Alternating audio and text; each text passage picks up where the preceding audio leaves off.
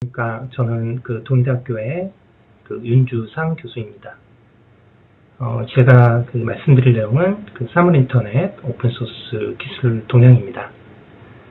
자, 최근에 사물인터넷 관련된 기술 개발을 하는 데 있어서 적용되고 있는 기술들은 거의 대부분 오픈소스 기반으로 개발이 되고 있습니다. 그래서 다양한 오픈소스들이 존재하지만 가장 그래도 많이 사용되고 있는 오픈소스에 대해서 말씀을 드리도록 할 거고요. 사실 이게 강의할 수 있는 시간이 30분밖에 되지 않아서 기술적인 이슈를 많이 다룰 수는 없을 것 같고요. 이렇게 기술을 소개하는 정도 수준에서 말씀을 좀 드리도록 하겠습니다. 본 강의에서 말씀드릴 내용은 사물인터넷 개요 그리고 그 요소 기술에 대해서 좀 말씀을 드릴 거고요.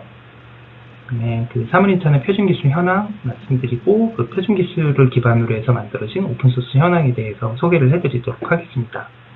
그리고 대표적으로 많이 사용되고 있는 전송 프로토콜 MQTT 코앱에 대해서 말씀을 드리도록 하겠습니다. 사물인터넷 기술은 사물인터넷 용어 자체는 2013년에 TTA 표준으로 이제 만들어졌었고요. 이제 그 전에 이제 그 ITUT 그 SG 지금은 20입니다. 20이라는 그 그룹에서 그 사물인터넷 IoT 그 용어 정의가 이루어졌었고, 그때 여기 보이시는 것처럼 ICT 기술을 기반으로 다양한 물리적 그리고 가상의 사물들을 연결하여 진보된 서비스를 제공하기 위한 어떤 글로벌 서비스 인프라 기술로 정의가 됐었습니다. 근데 사물인터넷은 그 전에 유비쿼터스 센서 네트워크, 그 다음에 MTC, 머신 타입 커뮤니케이션, 요건 이제 3GPP에서 사용했던 용어고요. 그 다음에 M2M이라는 용어를 또 사용해서 머신과 머신끼리의 어떤 통신으로 정의를 해서 사용을 했었습니다. 이제 그런 용어들이 이제 사물인터넷이라는 새로운 용어가 만들어지면서 이제 하나 사물인터넷 IoT라는 어떤 용어로 통일이 됐다라고 생각하시면 될 것 같습니다. 근데 중요한 거는 사물인터넷 기술은 기존 인터넷 기술처럼 인프라 기술이라고 사실은 정의를 했었고, 그리고 그 통신의 주체인 어떤 노드, 이 노드를 물리적인 노드와 가상의 노드로, 그러니까 이 노드를 이제 사물이라고 정의를 한 거죠. 그렇게 해서 이제 서로 간의 연결 서비스를 제공하는 기술이라고 얘기를 했고, 그렇게 이제 용어가 정의가 됐다라고 생각하시면 될 것 같습니다. 그래서 이 IoT는 개인 IoT와 그 다음에 공공 IoT, 그 다음에 산업용 IoT. 그래서 최근에 여러분들 인더스트리 4.0 기술을 이용해서 인더스트리 IoT 기술을 적용한 어떤 그 ICT 기술을 IoT 서비스 기술을 제공하고 있다라고 생각하시면 될 것 같습니다. 사물인터넷 요소 기술은 크게 4가지로 구성이 되어 있습니다. 그 운영 서비스 기술, 개방형 플랫폼 기술, 네트워크 기술, 디바이스 기술, 크게 4가지로 구분이 되어 있고요. 특히 그 개방형 플랫폼 기술은 One M2M 플랫폼이라는 이름으로 개발이 이루어졌습니다.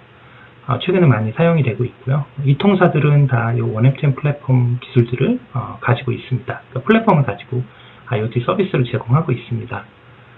자, 처음에 IoT 서비스는 버티컬 서비스로 이루어진 각각의 도메인의 도메인 서비스를 IoT 공통 플랫폼으로 하나로 통합하는 작업을 진행을 했습니다. 자, 그래서 이제 그 OneM2M 플랫폼과 같은 서비스를 제공할 수 있는 플랫폼을 새롭게 개발했다라고 보시면 될 것 같고, IoT는 이런 4개의 이제 요소 기술들을 중심으로 서비스 개발도 이루어졌고, 그리고 IoT 서비스를 제공한다 그러면 이 4개의 요소 기술을 활용해서 서비스가 개발이 된다라고 보시면 될 것 같습니다. 특히 IoT 네트워크 기술은 로라, 시그폭스와 같은 LPWA 기술들이 또 새롭게 만들어졌습니다.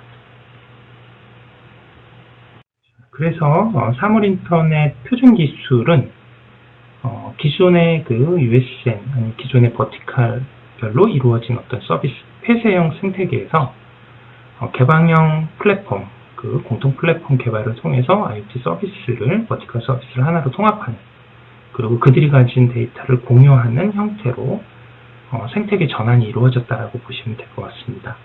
그래서 폐쇄형에서 개방형 생태계로 이루어졌다라고 보시면 되고, IoT 서비스를 개발하시겠다라고 생각하시면 이 서비스 자체가 폐쇄형 생태계 쪽으로 가도록 개발을 하시면 안 됩니다. 그러니까 공통 플랫폼을 활용해서 다양한 그러니까 수집한 데이터들을 다양한 그 응용단으로 그리고 다양한 도메인으로 공유해서 새로운 서비스를 만들어낼 수 있도록 하셔야 개발하신 서비스가 활성화될 거라고 생각을 하고 있습니다. 자, 하여튼 그런 식으로 개방형 생태계로 전환할 수 있는 어떤 기술들이 많이 개발이 됐다라고 생각하시면 되고, 그런 차원에서 사물인터넷 기술들, 개발된 기술들이 거의 오픈소스화 되어 있다라고 생각하시면 될 것 같습니다. 지금 보이시는 슬라이더는 그 사물인터넷 그 표준화 기구 및 그 기구에서 그 개발되고 있는 그 개발 범위를 소개하고 있는 내용입니다. 자, 이 그림에 있는 6개의 기구는 공적 표준화 기구와 사실화 표준화 기구가 한꺼번에 이제 포함되어 있는 사진입니다. 자, ITUT하고 ISO는 그 공적 표준화 기구이고요. 1M2M, 3GPP, IEEE, IETF는 그 사실화 표준화 기구라고 얘기를 분류를 하고 있습니다. 자, 그래서 여기 있는 기구들이 IoT와 관련된 표준 기술들을 개발을 하고 있고요. ITUT나 ISO에서는 그 IoT와 관련된 레퍼런스 아키텍처와 관련된 어떤 표준 기술들을 만들고 있고요. 1M2M은 아까 말씀드린 것처럼 IoT용으로 사용할 수 있는 개방형 플랫폼 기술을 표준으로 만들고 있고요. 3GPP는 다 아시는 것처럼 이동통신 그 표준을 개발하는 그 사실 표준화 기구입니다. 여기서는 IoT 서비스를 위해서 그 NB-IoT와 관련된 표준 기술들을 개발을 하고 있고요. 그 다음에 IEEE는 그 와이파이와 같은 그 표준을 만드는 그룹이고, 그 IoT와 같은 서비스 요구사항에 맞는 규격을 개발을 하고 있습니다. 그리고 IETF는 인터넷 표준 기술을 개발하는 그룹이고, 이 인터넷 그 IoT 서비스와 관련된 인터넷 프로토콜 관련된 기술들을 표준으로 개발을 했습니다. 네. 사물인터넷 오픈소스와 관련된 협의체는 앞에서 보신 거는 그 표준화 기구고요. 회사들끼리 모여서 필요에 따라서 필요한 기술들을 협의에 의해서 만들어지는 협의체 표준 기술이 있습니다. 그 협의체 표준 기술 중에 사물인터넷과 관련된 협의체 기술은 OCF 그리고 구글이 주도하는 스레드 그룹, 스레드라는 기술이 있습니다. 대표적으로는 이 두 개의 기술이 있고요. 이거 말고도 많습니다. 근데 대표적으로 많이 사용되는 기술이 이 두 개이기 때문에 이 두 개에 대해서만 설명을 드리도록 하겠습니다. OCF는 삼성하고 인텔이 주도하는 협의체이고요. 사용되는 타겟 도메인은 스마트 홈, 스마트 오피스라고 보시면 될 것 같습니다. 그리고 협의체에서 만들어진 어떤 소프트웨어 스택은 디바이스 간, 그 다음에 서비스 간 상호 호환성이 가능한 디바이스 플랫폼이라고 생각하시면 될 것 같습니다. OCF는 IoTBT가 대표적인 소프트웨어 스택이고요.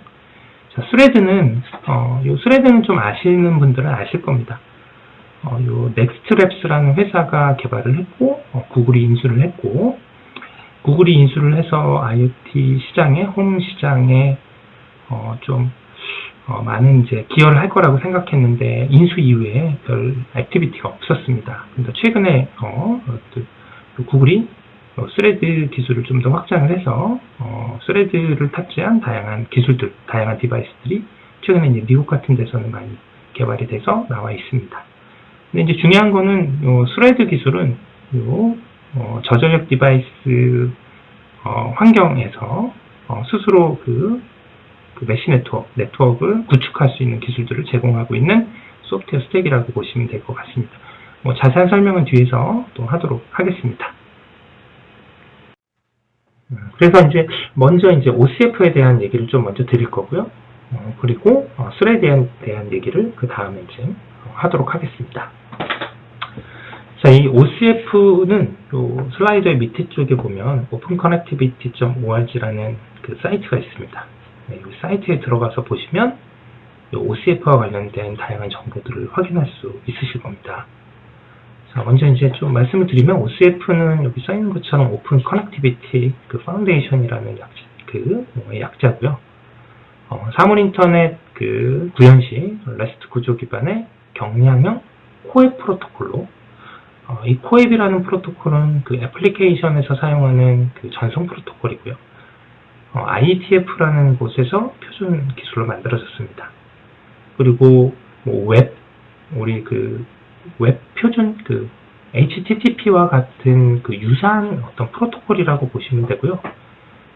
그러니까 HTTP는 웹 서비스를 제공하는 데 필요한 전송 프로토콜이고, 얘는 IoT 서비스를 제공하기 위해서 그 전송 프로토콜로 사용되는, 그러니까 애플리케이션의 데이터를 주고받을 수 있는 전송 프로토콜로 개발이 됐고, 기존 프로토콜보다 경량화된 형태로 개발이 되어 있다고 생각하시면 됩니다. 즉, IoT 디바이스는 뭐 센서 디바이스처럼 아주 라이트한 디바이스입니다. 그래서 뭐 프로세싱도 낮고, 뭐 메모리 사이즈도 작습니다. 그래서 탑재되는 그 통신 프로토콜들이 경량화되어 있어야만 합니다. 그래야 그 IoT 디바이스가 길게 오랫동안 사용할 수가 있습니다. 그 컴퓨팅 파워가 떨어지니까요. 그래서 이런 그 IoT 환경에 맞는 어떤 경량화된 프로토콜로 개발이 된 게 코앱 프로토콜이라고 보시면 되고, 자, 이 OCF에서 개발하는 이 오픈 소스는 기본적으로 그 코앱 프로토콜을 이용해서 자원을 가진 센서와 그다음에 플랫폼 간 사이에서 데이터를 주고받고 제어하는 데 사용될 수 있는 프로토콜로 탑재를 하고 있고요. 2014년에 삼성과 인텔을 중심으로 설립이 됐으며, 최근에는 원래 OCF에서 만들어진 IoT-BT 프로토콜만 있는 게 아니고요.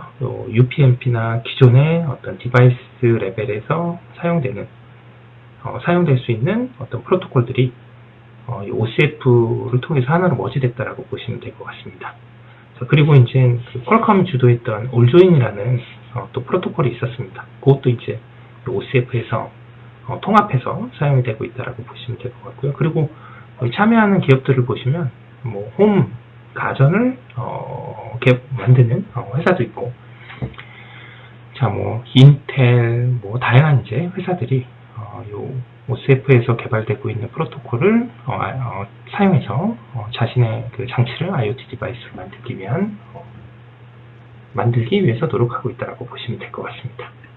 그래서 이제 오픈 소스로 이제 OCF에서 개발하고 있는 기술은 우선은 제일 중요한 게 이제 뭐 IoT 디바이스들이 서로 사용되고 있는 네트워크 인터페이스는 다 다릅니다. 그래서 그들 간의 어떤 논리적인 상호 그 연동성을 보장하기 위해서 여기 지금 보시면은 다양한 IoT 서비스가 존재하고, 그 다양한 서비스를 제공할 수 있는 프로파일을 OCF에서 오픈소스로 개발을 해주고 있습니다. 현재 이제 개발된 오픈소스, 프로파일과 관련된 오픈소스들은 그 스마트홈, 자동차, 물류, 헬스케어 관련된 프로파일들을 현재 개발을 완료한 상태라고 보시면 될 것 같고요. 그 다음에 OCF는 기본적으로 통신하는 아키텍처가 클라이언트와 서버 방식으로 이루어지고 있습니다. 그리고 아까 앞에서 말씀드린 것처럼 RESTful 아키텍처를 기반으로 해서 뭐 리소스를 관리하는 모델을 제공하고 있다고 보시면 되고요. 그리고 그 디바이스에서 데이터를 주고받기 위해서 사용하는 애플리케이션 프로토콜로 코앱이라는 프로토콜이 사용되고 있다고 보시면 될 것 같습니다. 그래서 뭐 OCF에서 만들어진 오픈소스 프레임워크를 실제 보시면 아까 말씀드린 것처럼 그 트랜스포트 쪽은 전부 다 와이파이, RT, 뭐 그다음에 지그비와 같은 통신을 모두 수용하도록 만들어져 있고, 프로파일은 아까 말씀드린 IoT 그 버티컬 마켓의 어떤 그 서비스 도메인들과 관련된 프로파일들을 쭉 그 개발을 해서 제공을 해주고 있습니다. 그리고 코어 프레임워크 쪽을 보시면 디스커버리 기능과 프로비저닝 기능, 그 다음에 커뮤니케이션과 관련된 기능들을 그러니까 기능들과 관련된 오픈 API들을 제공해주고 있다라고 보시면 될 것 같고요. 그리고 각각의 그 IoT 디바이스들이 가지고 있는 데이터들을 모델링할 수 있는, 그러니까 리소스를 모델링할 수 있는 그 데이터 모델링 기능도 오픈 API로 제공해주고 있다, 소프트웨어를 제공해주고 있다라고 보시면 될 것 같습니다. 그래서 실제로 그 OSF 프레임워크는 지금 보이시는 것 같은 어떤 방식으로 서비스가 개발이 된다라고 보시면 될 것 같습니다. 그래서 왼쪽과 오른쪽은 각각 두 개의 어떤 서버와 클라이언트 모델 또는 디바이스와 디바이스의 어떤 모델이라고 보시면 될 것 같고, 트랜스포트 각각 있고요. 그 다음에 OSF 프로토콜들이 탑재가 되어 있습니다. 아까 말씀드린 코앱이라는 프로토콜을 이용하도록 되어 있다라고 보시면 되고, 그 다음에 OSF 리소스 모델을 통해서 그 각각의 디바이스가 가지고 있는 자원을 식별하고 자원을 판단할 수 있는 어떤 모델들을 제공해주고 있습니다. 그리고 그 데이터와 컨트롤 포인트를 통해서 그 두 개의 디바이스들이 서로 서비스 제어가 가능하도록, 그리고 데이터를 주고받는 어떤 포인트로 활용이 되고 있다라고 보시면 될 것 같습니다. 그래서 이 두 개의 디바이스가 서로 다른 애플리케이션을 가지고 있어도 상호 운용성을 제공할 수 있는 어떤 기능들이 각각의 그 네 개 레이어에서 제공이 되고 있다라고 이해하시면 될 것 같습니다. 그리고 이제 실제로 이제 OSF가 프로토콜 스택은 지금 그 보이시는 거에 오른쪽에 보시면 프로토콜 스택이 탑재가 되어 있습니다. 그래서 보시면 뭐 TCP, UDP 다 사용할 수 있고요. 그 다음에 보안 그 세션으로 TCP 위에서는 TLS 사용할 수 있도록 하고, UDP는 DTLS 사용할 수 있도록 하고 있습니다. 기본적으로는 IPv6 어드레스를 사용하도록 정의가 되어 있고요. 그 다음에 그 애플리케이션 프로토콜로 코앱이 사용이 되면 그 위에 이제 리소스 모델, 그리고 그 위에 애플리케이션이 구현이 되는 형태로 아키텍처가 구성이 되어 있다고 보시면 될 것 같습니다. 그리고 아까 말씀드린 것처럼 서버와 클라이언트 어떤 모델로 서비스가 이루어지고 있다고 보시면 될 것 같고요. 그래서 실제로 이제 개발을 하면 이거는 뭐 개발과 관련된 어떤 이그젬플이라고 보시면 될 것 같습니다. 그래서 RESTful 아키텍처를 가지고 있고, 기본적으로 그 리소스를 기반으로 해서 오퍼레이팅이 이루어지고 있다고 보시면 됩니다. 자, 클라이언트와 서버가 각각 지금 그림에 보여져 있고요. 우리가 온도를 수집하는 디바이스가 서버가 됩니다. 그리고 클라이언트는 그 웹을 가지고 있는 스마트폰이 이제 클라이언트가 되게 되는데요. 사물 인터넷 서비스는 센서 디바이스가 클라이언트가 아니고 서버가 됩니다. 그 이유는 센서 디바이스가 가지고 있는 자원을 누군가가 센서 디바이스에 요청하는, 그리고 그 요청에 대한 응답 서비스를 보내주기 때문에 센서 디바이스가 서버의 역할을 수행한다라고 보시면 될 것 같고요. 그리고 그 센서 디바이스의 데이터를 요청하는 누군가가 클라이언트가 된다라고 보시면 될 것 같습니다.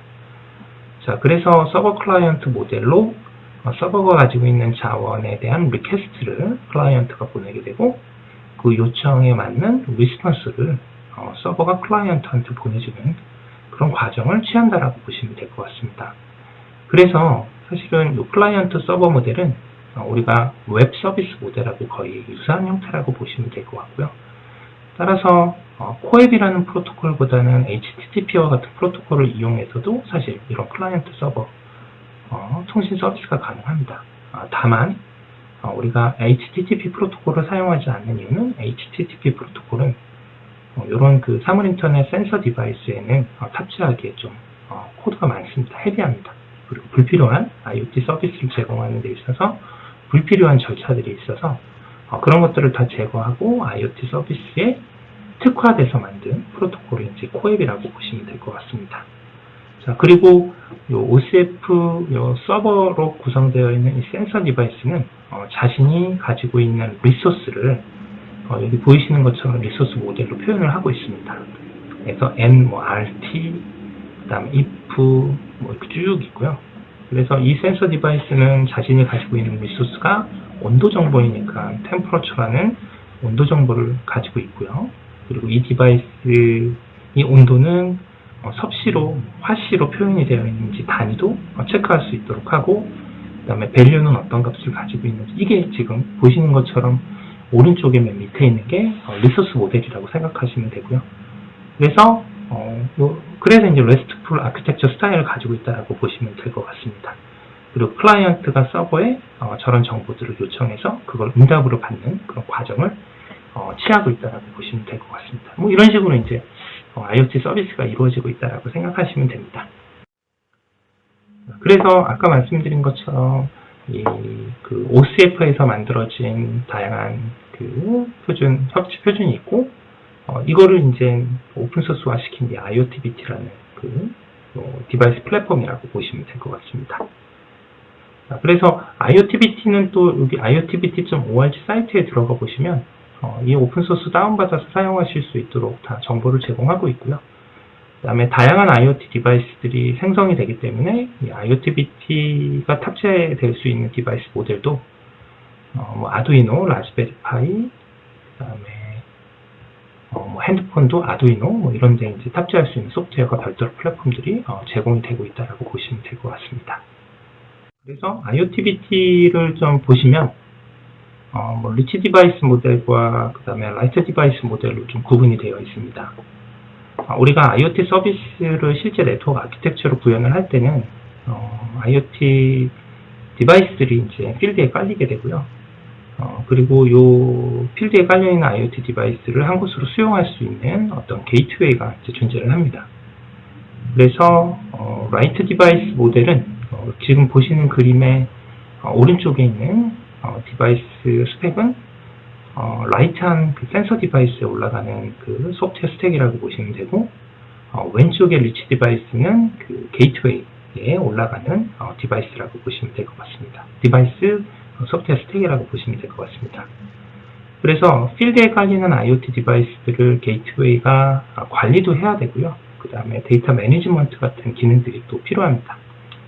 그래서 리치 디바이스 안에서는 저 서비스 레이어에 보면 뭐 데이터 매니지먼트, 그 다음에 로우 파워 매니지먼트, 뭐 디바이스 매니지먼트, 뭐 리소스 캡슐레이션과 같은 기능들을 오픈 API로 만들어서 제공하고 있다라고 보시면 됩니다. 자, 그래서 라이트 디바이스는 저 베이스 레이어로 깔려 있는 메시지를 보내고, 그 다음에 세큐리티 관련된 거, 그 다음에 디바이스를 찾아주는 디스커버리 기능만 최소로 가지고 있고요. 그리고 리치 디바이스가 그 디바이스들을 관리할 수 있는 서비스 기능들을 서비스 레이어에 구현을 해서 사용할 수 있도록 그 오픈소스화 시켜놨다고 보시면 될 것 같습니다. 그래서 여기 있는 그 서비스 레이어나 베이스 레이어에 있는 각각의 기능들은 다 함수처럼 API로 다 제공을 하고 있어서 IoT 디바이스를 만들고 IoT 디바이스를 매니징할 수 있는 어떤 리치 디바이스, 게이트웨이 디바이스를 만들 때 IoTBT 소프트웨어 스택을 설치를 하면 여기 있는 기능들을 그냥 오픈 API로 불러다가 사용하시면 서비스를 구현할 수 있기 때문에 쉽게 IoT 서비스를 개발을 할 수 있습니다. 자, 그리고 이제 스레드 오픈소스에 대해서 간단하게 또 말씀을 드릴 건데요. 자, 얘는 뭐 아까 말씀드린 것처럼 사실은 IPv6로 구성되는 무선 메시 네트워크와 같은 형태의 어떤 네트워크 서비스를 제공하는 겁니다. 그래서 보시는 것처럼 그림의 네트워크 그림에 있는 쪽을 보시면 각각의 센서 디바이스들이 있고 그 센서 디바이스를 클러스터 형태처럼 구현할 수 있는 스레드 라우터라는 게 존재를 하고, 그리고 그들을 리딩하는 리더젠 디바이스가 이렇게 선정이 됩니다. 그러니까 이런 네트워크 아키텍처를 이 스레드는 자동적으로 스레드가 가진 기능을 활용해서 네트워크 스스로 그러니까 IoT 홈 네트워크 스스로 만들어낼 수 있는 기능을 제공한다라고 보시면 될 것 같습니다. 사실 개발자 입장에서는 이렇게 무선으로 연결된 각각의 IoT 디바이스들이 스스로 네트워크를 형성해서 데이터를 주고받을 수 있는 환경을 자동으로 만들어주는 이 스레드라는 소프트웨어가 있으면 되게 편합니다. IoT 서비스를 만드는 데 있어서. 그래서 그런 이제 기능들을 이 스레드가 오픈소스화 시켜서 제공하고 있다라고 보시면 될 것 같습니다. 자, 그리고 이제 마지막으로 이제 전송 프로토콜인 그 MQTT와 코앱에 대해서 간단하게 말씀을 드리도록 하겠습니다. 자, MQTT는 정말 많이 사용하는 프로토콜입니다. 최근에 이제 클라우드 기반으로도 MQTT 프로토콜을 많이 사용을 하고 있고요. 클라우드에서 IoT 디바이스를 수용하는 기능으로 MQTT가 이제 사용이 되고 있다라고 보시면 되고, 최근에 이제 버전업이 돼서 5.0 버전이 이제 활용이 되고 있고, 참고하는 사이트는 mqtt.org에 들어가 보시면 확인할 수 있습니다. 자, MQTT는 간단하게 말씀을 드리면 퍼블리케이션과 서브스크립션, 그 클라이언트 서버 모델이긴 한데 출판과 구독 서비스 모델을 가지고 있다고 생각하시면 됩니다. 그리고 아주 헤더가 MQTT 프로토콜의 헤더가 아주 라이트합니다. 네, 그래서 센서 디바이스에 올려서 사용하기에 아주 좋은 프로토콜이고요. 그 다음에 이 MQTT를 구현한 오픈소스들이 여러 개가 있는데 가장 대표적으로 많이 사용되고 있는 게 모스키토이고요. 모스키토.org에 들어가 보시면 관련된 정보들을 확인하실 수가 있습니다. 그래서 MQTT가 이제 어떻게 사용이 되냐면요. 서버 클라이언트 모델처럼 사용이 되고, 서버를 우리는 브로커라는 얘기를 합니다. 그리고 데이터를 가지고 있는 그 센서를 클라이언트라고 얘기를 합니다. 아까 앞에서 제가 말씀드린 코웹하고는 좀 다른 반대되는 어떤 개념이라고 생각하시면 되는데 그냥 편하게 생각하시면 될 것 같아요. 자, MQTT 클라이언트라고 얘기하는 건 센서 디바이스인데 이 센서 디바이스가 자기가 데이터를 수집하면 서버로 데이터를 자동으로 올립니다. 그러니까 요청에 의해서 데이터를 보내는 게 아니고 룰에 의해서 자기가 데이터를 수집하면 그 수집 공간인 MQTT 서버 브로커한테 데이터를 보내게 되고요. 그걸 우리는 이제 출판이라고 얘기를 하고, 브로커는 받은 데이터를 토픽으로 관리를 합니다. 네, 그래서 토픽 A, B, C가 있고요. 이 데이터를, 그러니까 브로커가 가진 데이터를 필요로 하는 또 다른 클라이언트는 이 서버 브로커한테 토픽을 구독하게 됩니다. 자, 그러면 클라이언트가 MQTT 클라이언트가 보낸 데이터를 MQTT 서버가, 브로커가 이 토픽을, 그 데이터를 요청한 누군가에게 대리로 데이터를 보내주게 됩니다. 자, 그래서 아주 간단하게 서버 클라이언트 모델처럼 사용이 되면서 출판과 구독을 통해서 동작하고 있다고 보시면 될 것 같습니다. 이게 전형적인 IoT 서비스 모델이라고 생각하시면 될 것 같아요.